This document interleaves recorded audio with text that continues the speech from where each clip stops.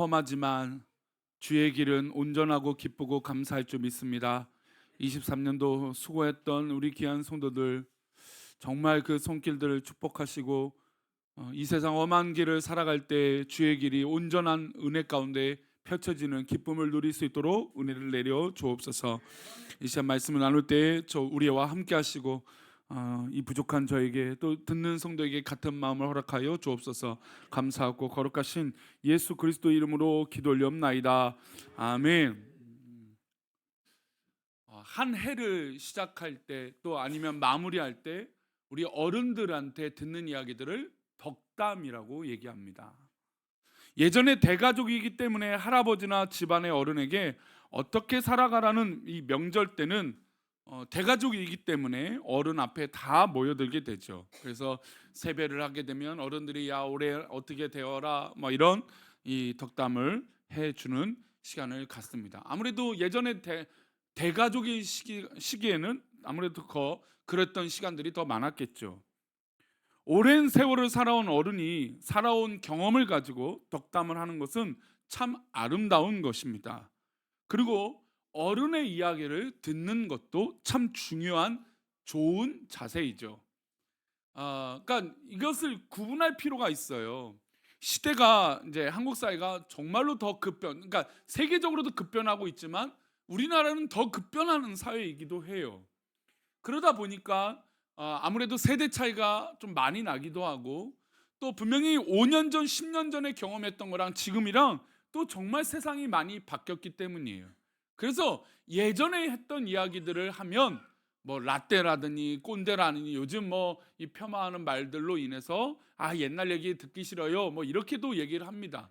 그러나 옛날의 문화와 옛날의 어떤 시대상을 얘기한다는 건 뭐 그럴 수는 있어요. 하지만 그 어른이 그 세월을 견디고 지내왔던 그 지혜를 듣는 것은 너무나 중요한 것이죠. 그래서 우리 모두 어른들의 이야기를 덕담으로 또 삶의 지혜로 들을 줄 아는 그런 자세가 참 중요한 것 같습니다. 게다가 요즘은 덕담이라고 하면 어른들이 덕담을 하기가 좀 어려워요. 왜 그럴까요? 덕담을 하고자 하면 뭐가 필요해요? 돈을 준비해야 되거든요. 뭐 손주나 자녀들에게 덕담하려고 하면 용돈을 준비하지 않고는 아이들이 들을 생각을 안 하는 것 같아서 이게 어른도 요즘은 돈이 있어야 덕담을 한다라고 하는 시대가 된 것 같기도 합니다. 그러니까 좀 씁쓸하죠. 올해 우리가 수많은 일들과 경험들을 많이 쌓았습니다. 올해 우리 교회에 있었던 모든 일들이 또 시간이 지나면 우리에게 좋은 영향이 분명히 또 거울로 비춰지게 될 줄 믿습니다. 오늘 본문에 등장하는 이제 창세기를 이제 거의 마무리하게 되죠. 근데 요셉이 아버지와 그의 가족 모두에게 애굽으로 모시고 눈물의 상봉을 하게 됩니다. 그 정도로 눈물의 상봉을 하고 이제 시간이 어느 정도 흘렀습니다. 이제 야곱의 나이도 너무너무 이제 지나고 차서 그가 이제 언제 죽을지 모르는 그런 때가 다가왔던 것이죠. 그래서 이 48장 오늘 본문 이전에 12아들들을 축복하고 또 여러 가지 이제 유언적인 이야기들을 하게 됩니다. 더불어 오늘 본문에는 이제 요셉의 두 아들을 야곱이 이제 축복하는 시간을 갖고 있는 것이죠. 그런데 보통 이제 축복 기도하게 되면 저도 뭐 이렇게 두 손을 들고 축도를 하지만 당연히 이스라엘도 우리나라도 좀 그런 문화가 있어요. 오른손을 좀 더 귀하게 여겨요. 뭐 인도에 가면 먹는 손, 그다음에 이제 화장실 손 따로 있지만 그 우리나라는 뭐 그런 거 없는데도 불구하고 이 손의 중요함이 있어서 예전에 막 어렸을 때는 왼손으로 밥을 먹으면 우리 어른들이 어떻게 했어요? 손가락으로 탁 때리면서 복 나간다. 아니면 오른손으로 해야 된다. 뭐 이렇게 가르쳤던 가정들도 있었던 것 같습니다. 이스라엘도 역시 오른손의 의미가 굉장히 중요해요. 그래서 성경을 보면 오른손에다라고 하는 의미가 좀 있죠. 그리고 오른편이라고 하는 것도 상징적으로 의미가 있습니다. 그럼 축복 기도하면 당연히 오른손 왼손의 의미가 있겠죠. 왜냐하면 요셉의 아들이 두 명이었기 때문이에요. 근데 오늘 본문에 야곱은 축복 기도하는데 조금 특이한 자세를 취하게 됩니다. 우리 14절 말씀 다시 화면을 보시고 함께 읽겠습니다. 이스라엘이 오른손을 펴서 차남 에브라임의 머리에 얹고 왼손을 펴서 므낫세의 머리에 얹으니 므낫세는 장자라도 팔을 엇받고 얹었더라. 지금 분명히 장남은 누굽니까? 요셉의 므낫세입니다. 그리고 차남은 에브라임입니다. 야곱이 축복을 해야 되는데 야곱이 축복하니 얼마나 귀합니까? 아브라함의 하나님, 이삭의 하나님, 야곱은 이름이 바뀌어 이스라엘의 하나님이라고 칭함을 받고 있는 사람인데 그 이스라엘의 하나님을 축복을 받는다? 얼마나 귀합니까? 그래서 요셉도 아버지의 축복을 받기 위해서 두 아들을 이렇게 앉혀놓게 됩니다.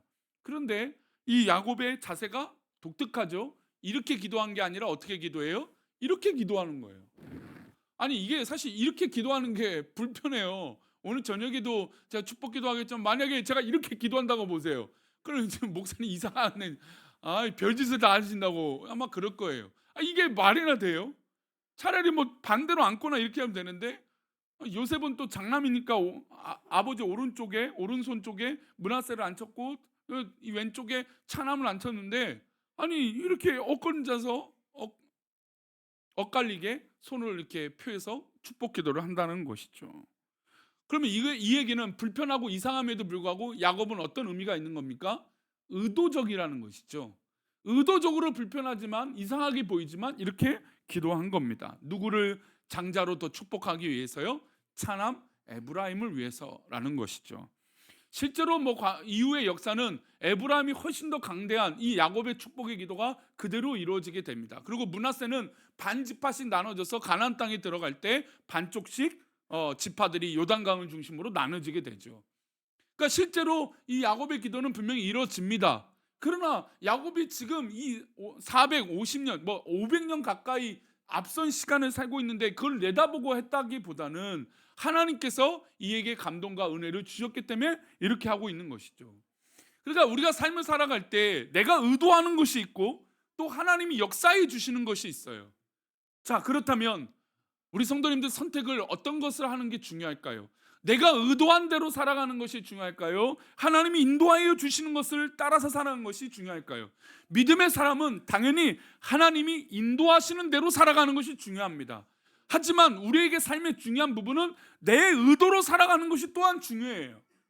그런데 이게 대립되는 게 어디예요? 바로 교회예요. 신앙이에요. 신앙에서는 이것이 계속해서 마찰을 일으켜요. 내 의도는 이건데 내 뜻대로 해야 되는 게 맞는데 하나님의 계획과 하나님의 인도하심이 있다라는 것이죠. 그런데 정말 성숙하고 은혜 있고 또 정말로 성령의 충만함을 인도받는 귀한 성도라면 나의 길이 물론 이것도 소중하겠지만 그러나 나의 선택과 나의 경험과 나의 문화와 나의 지식과 나의 모든 것보다 무엇이 더 우선입니까? 하나님의 인도하심이 중요한 것이죠. 누가 봐도 엇갈려서 손을 얹는 건 이상하고 불편하고 좀 누가 봐도 괴상한 지금 형태예요. 그럼에도 불구하고 상식과 문화를 뛰어넘는 하나님의 인도하심을 믿는다라는 것이 중요해요. 교회 안에서도 보세요. 내 상식과 하나님의 인도하심이 상충될 때가 있어요. 근데 대부분의 믿음의 사람들은 어디를 더 신뢰할까요? 죄송하지만 나의 상식을 더 신뢰합니다. 내 경험을 더 소중하게 생각해요. 만약에 지금 이 야곱의 옆에서 서 있던 사람이 나라면 지금 당장 이상한 짓을 하시네? 아마 그럴 거예요. 이해가 되지 않죠. 아니 오른손으로 당연히 장남을 해야지. 아무리 그래도 그래야지. 우리 한국 사회의 유교적인 문화, 물론 이게 정말 유교적이라고 할 수는 없지만 우리도 장남, 장녀, 첫째에 대한 어떤 그런 이 중요함을 이야기들을 많이 하잖아요. 실제로도 그렇게 사시는 어른들이 아직도 지금도 있고요. 그러면 물론 자기 본인은 야곱이어서 정말 에서 형을 이 발꿈치를 잡을 정도로 정말 자기가 첫째가 되고 싶은 마음에 쌍둥이였으니까 뭐 그런 마음이 있었다고 하지만 지금 요셉의 두 아들은 좀 입장이 달라요. 그러니까 그런 상식적인 것이 있단 말이에요. 근데 그 상식보다 누구의 인도하심이 더 중요하다고요? 하나님의 인도하심이 중요하다는 거예요. 여러분, 우리의 신앙은 상식으로 신앙생활하는 것이 아닙니다.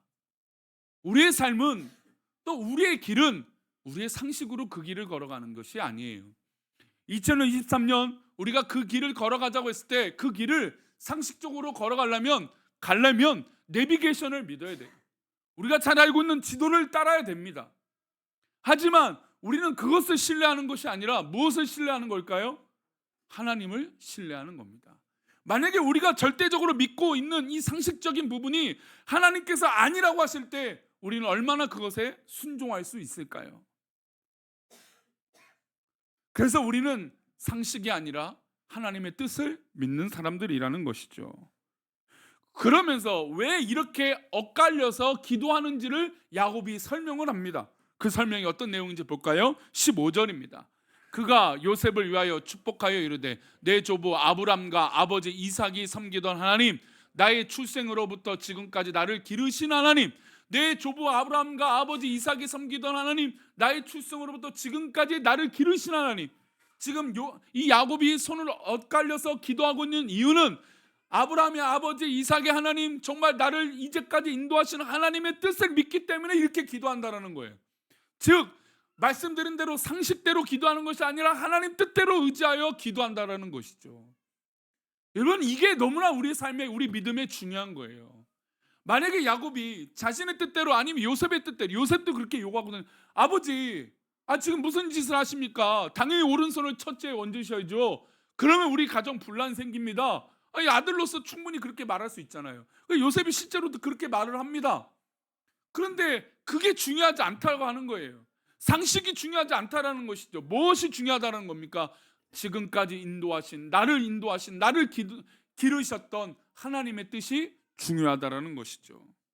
즉 자신의 삶을 돌아보고 선대 할아버지 그리고 아버지 이삭의 삶을 보니 지금까지 인도하여 주신 하나님의 뜻이 더 중요하다라는 겁니다. 그리고 그 인도하심을 자세하게 고백해요. 어떻게 자세하게? 우리 16절입니다. 보겠습니다. 함께 읽겠습니다. 나를 모든 환난에서 건지신 여호와의 사자께서 이 아이들에게 복을 주시오며 이들로 내 이름과 내 조상 아브람과 이삭의 이름으로 칭하게 하시오며 이들이 세상에서 번식되게 하시기를 원하나이다. 구체적으로 축복 기도를 합니다. 근데 중요한 건 엇갈려서 이 축복 기도를 한다고 해서 과거의 에서처럼, 자기 형 에서처럼 그렇게 저주받고 그런 게 아니라 두 아들 다 어떻게 된다고요? 축복하신다라는 거예요. 그러나 분명한 것은 이 둘 다 축복하지만 하나님의 계획은 에브라임을 더 크게 큰 민족으로 인도하신다라는 것이죠. 환난에서 건져주신 하나님, 그것을 서론에 고백합니다. 그래요, 우리가 그 길을 걸어갈 때 상식으로 걸어가지 않으면 때로는 환난을 받을 때가 있어요. 또 때로는 우리가 옳다라고 생각하는 걸 그대로 하지 않았을 때 우리는 더 힘든 것이 있어요. 왜냐하면 우리는 익숙한 것을 따라가는 것이 쉽기 때문이에요. 편하기 때문이에요. 여러분 성도님 생각해 보세요. 우리가 자주 가는 길이 있어요. 근데 그 자주 가는 길을 늘 익숙하기 때문에 편하게 갑니다. 빠르게 가요. 그런데 어느 날 공사를 해요. 그 돌아가라고 해요. 그러면 누구든지 운전할 때 뭐라고 얘기해요? 아유, 공사를 왜 지금 이렇게 하는 거야? 하고 화가 납니다. 공사를 하는 이유가 분명히 있겠죠. 그러면서 음모론을 제기해요. 이 공사에는 뭔가 구청에 뭔가 로비가 있고 뭐가 있을 거야.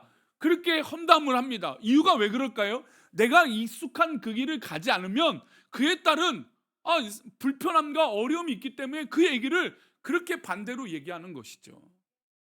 즉 나의 모든 환난은 하나님께서 오히려 걸어가라고 하시는 그 길을 걸어갈 때 있게 되는 것일 수도 있어요. 우리가 세상에 살아갈 때 오히려 하나님을 믿으니까 겪는 경험들이 환난이 있을 수 있다는 것이죠. 그런데 우리 성도님들, 우리가 하나님의 이름으로 걸어갈 때 받는 환난을 기뻐하시기를 바랍니다.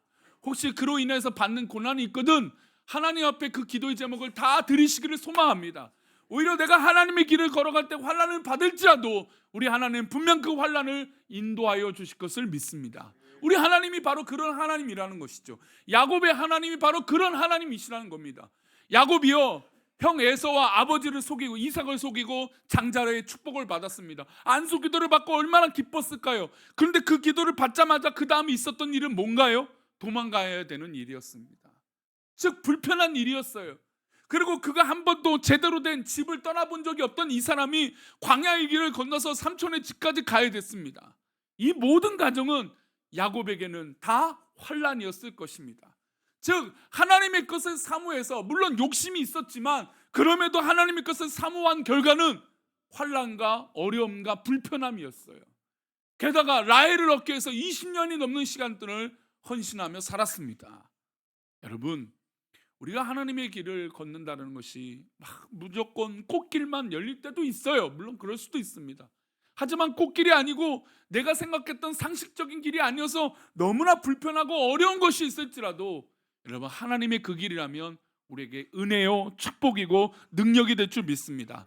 야곱이 그래서 두 손을 엇갈려서 축복기도 한 것입니다.